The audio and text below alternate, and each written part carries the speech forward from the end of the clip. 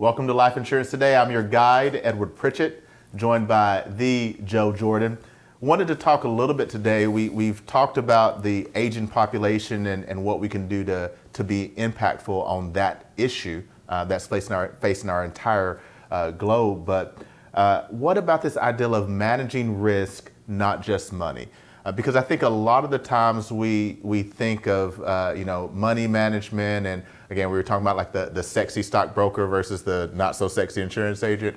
But what is it that we do to help our clients when it comes to managing risk, and especially as we're getting ready to enter a time where one of the largest wealth transfers in the history of mankind is getting ready to happen, as the baby boomer generation passes a lot of wealth to a generation that may or may not be ready to handle what's getting ready to happen. What would you advise our agents that are listening and plugging in as far as how they can get better at this ideal of managing risk, not just managing money? Well, the paradigm that's coming out from the AUM, or assets under management type of approach that we're in now, it's an accumulation paradigm. Mm-hmm. So everyone says how much money you got, Yeah. The issue is this: the whole idea of the amount of assets you have as a wealth measurement is a recent development, okay? There was a book, Pride and Prejudice. It was there's a whole series of those books written by, I forgot her name, but it was the early 1800s. And so I'll give you an example. In Pride and Prejudice, there's a guy, Mr. Darcy. He's a very wealthy guy, The way she described his wealth is not that he had £1 million. She said he got 10,000 a year. The historical perspective on wealth has always been on the reliability of the income, cash flow, not the size of the assets. Yeah. So that's kind of the idea in terms of the risk, where right now we're just composed on, what does $2 or $3 million mean? I don't know what it means. How does it turn into, developing with your life? So here's the point, that people used to have a pension plan. So I'm 70, and, not so much my contemporaries, but certainly my parents, everyone had a pension plan and they retired. And so the amount of money they had to set aside was, I had Social Security, I have a pension plan, I'm in great shape. Yeah. Well, they don't really understand. They got to manage risk, not just money. And so it's how long they're going to live. And so how much income are they going to receive? And there's a discrepancy between how much assets you have and how long it lasts. So someone's got $300,000 like in their IRA, they think they're done. Well, try to spend that over a 30-year period. It just doesn't work. So I'll give you a good anomaly with you. What you should really do is tell a lot of people about Social Security, okay? Because that's the idea of an income product. And at age 62, so I'm talking about an average person now, average, all right? Someone takes it at age 62, they get $18,000 a year, I ask someone, can you live on that? Of course, they say they can't, But that's the wrong question. How much would you have to set aside on your own to give you $18,000 a year, increasing it by 3% a year for inflation? Mm-hmm. Don't ask me, go to Fidelity. They say multiply it by 25. Yeah. You know how much that is? Okay, it's about $450,000. Now, they know they can't live on that income, and yet it's substantially more than they have. If they just waited to 67, okay, it's $28,000 a year. Just by waiting, they get substantially more. Mm-hmm. How does that work? Well, it's upside down life insurance. It's mortality credits.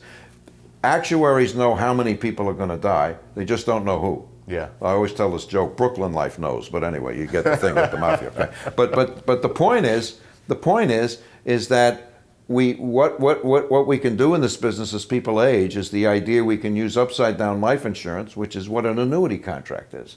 Mm-hmm.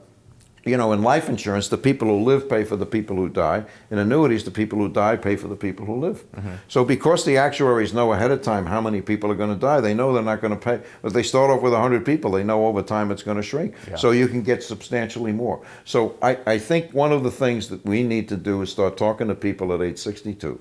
If they don't need the money now, they should wait. Do you know if you waited till 7, and I did it, okay? August of this year, I got my first Social Security check, okay? It's 76% more than it would have been at age 62. Wow. So I think that's a fundamental issue that we need to get across. It's managing the risk of living too long versus just the idea of managing money when you don't have any idea of how it would turn into income, and you lived your entire life on income. Mm-hmm. So that's something that we can provide, and that's an important thing. Definitely, and I love that perspective of it's not about assets under management.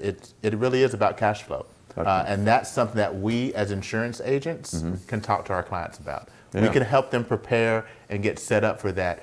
But what you as an agent need to do is continue to do your study, continue to do your research so that you can learn how to be the best agent for your client. The other opportunity, just quickly, okay, is I found this out when I turned 65. Medicare is now means tested. You know what that means? That means that the more you make in retirement, the more they take from your Social Security to pay for it. And that's going through the roof. I run the risk, I think, of having all of my Social Security gone just to pay Medicare. So right now, one of the things that you can do with life insurance, okay, is they have a lot of policies now where you can put a lot of cash into it. And what happens is then you can access that money out. That money comes out on a tax-free basis, which can lower what they call IRMA. We'll talk about that later. But anyway, only the government could come up with that, okay? Right. It lowers the threshold of how much of your Social Security you get take out. So if you can supplement your income with tax-free income that comes from life insurance, then what happens is you can wind up getting more of your Social Security. And then at the end of the day, you can leave it to your family. So, you know, what happened now is they got rid of the stretch, well, they didn't get rid of it, but, you know, now with the 10-year rule on a stretch IRA, it's the idea of stretching an IRA over someone's life expectancy. Now it's over 10 years. So really, the best vehicle to use from a standpoint of managing taxes in retirement and then also providing a benefit for your family is the idea and use of life insurance. And your folks should really look into that. You heard it here from the Joe Jordan. These are the things that we're going to continue to put out so that you can learn how to get better at what you do for your clients. Again, thank you for this information today. I know our audience is going to really appreciate that. If you want to learn more, follow the Joe Jordan. Follow us at thepritchettagency.com, and we'll see you in the next installment.